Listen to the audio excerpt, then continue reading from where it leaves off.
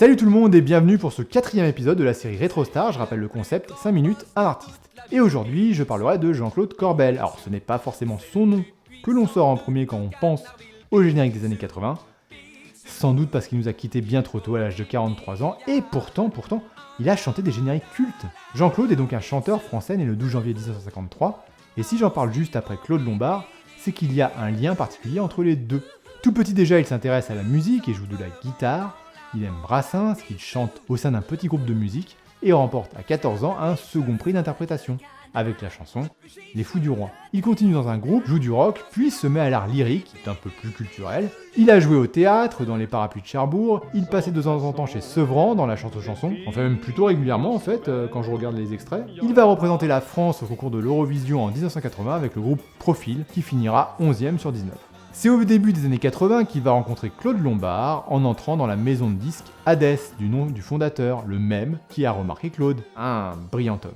Cette rencontre est très marquante puisque les deux artistes vont enregistrer ensemble de nombreux génériques et chansons pour enfants, notamment dans ce dessin animé là. Alors c'est pas lui au générique, mais il chante plusieurs chansons de la BO, dont celle-ci. Hello les amis, vous nous faites un joli cadeau. Avec Claude, il interprétera le générique des Muppets Babies.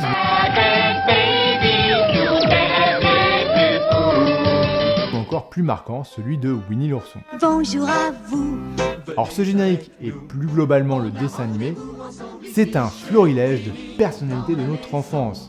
En plus de Claude et Jean-Claude, il y avait Jean Stout, la voix de Balou, et chanteur du générique de Zorro, Roger Carrel, la voix d'Astérix qui faisait Winnie, Porcinet et Coco Lapin, Henri Djanik, je vous en ai parlé 1000 fois, la voix de Iki dans Senseiya, et enfin, l'incontournable Jean Rochefort qu'on ne présente plus.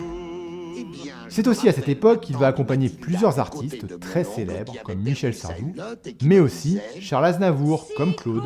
Il participe à des comédies musicales et est responsable de nombreux doublages, principalement comme chanteur. Et à la télévision, c'est pareil, il double certains chanteurs comme dans Embrasse-moi Lucille. Lorsque tu comprendras l'amour qui est en moi. Oh, ça va pas la tête. C'est pas lui du tout ça, un peu de respect. Jean-Claude c'est la qualité, Jean-Claude c'est ça.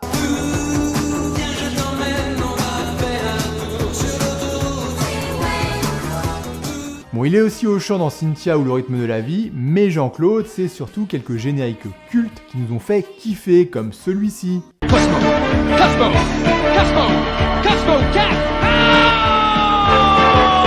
Un dessin animé dont je vous parlerai un jour. Mais il y a aussi celui-là. Nous entrerons dans la bande à Picsou. Énormissime comme générique. Mais celui qui parle peut-être le plus pour la génération la 5, c'est celui-ci. Olive et Tam, ils sont toujours en forme. Tam, Olivier, sont super. Bon sang, que de souvenirs quand même avec ce générique, génial. Alors, ce ne sont pas les seuls, Voici donc un petit medley, du reste, un peu moins connu. Christophe Colomb, il est à 500 ans, et c'est la grande voile de l'aventure. Double dragon, deux frères invincibles, deux garçons élevés dans deux mondes opposés. Croquez, moi ça, aiguisez bien vos quenottes. Johan et Phil, oui, compagnons d'âme. Johan et Phil, oui, jamais ne s'alarme. De la part de Robin des Bois Junior. Au début des années 90, il intègre le Pat Benesta Orchestra avec Claude Lombard, je vous en ai déjà parlé. Il y enregistre des covers de génériques pour enfants. Malheureusement, Jean-Claude nous quittera en 1996 d'une crise d'asthme. J'ai retrouvé peu d'informations sur le personnage, mais je retiens de lui une voix dynamique et énergique, une de plus qui a bercé mon enfance et qui fait l'effet d'une Madeleine de Proust dès que je l'entends. Et qui, à mon sens d'ailleurs, n'a pas été suffisamment exploité.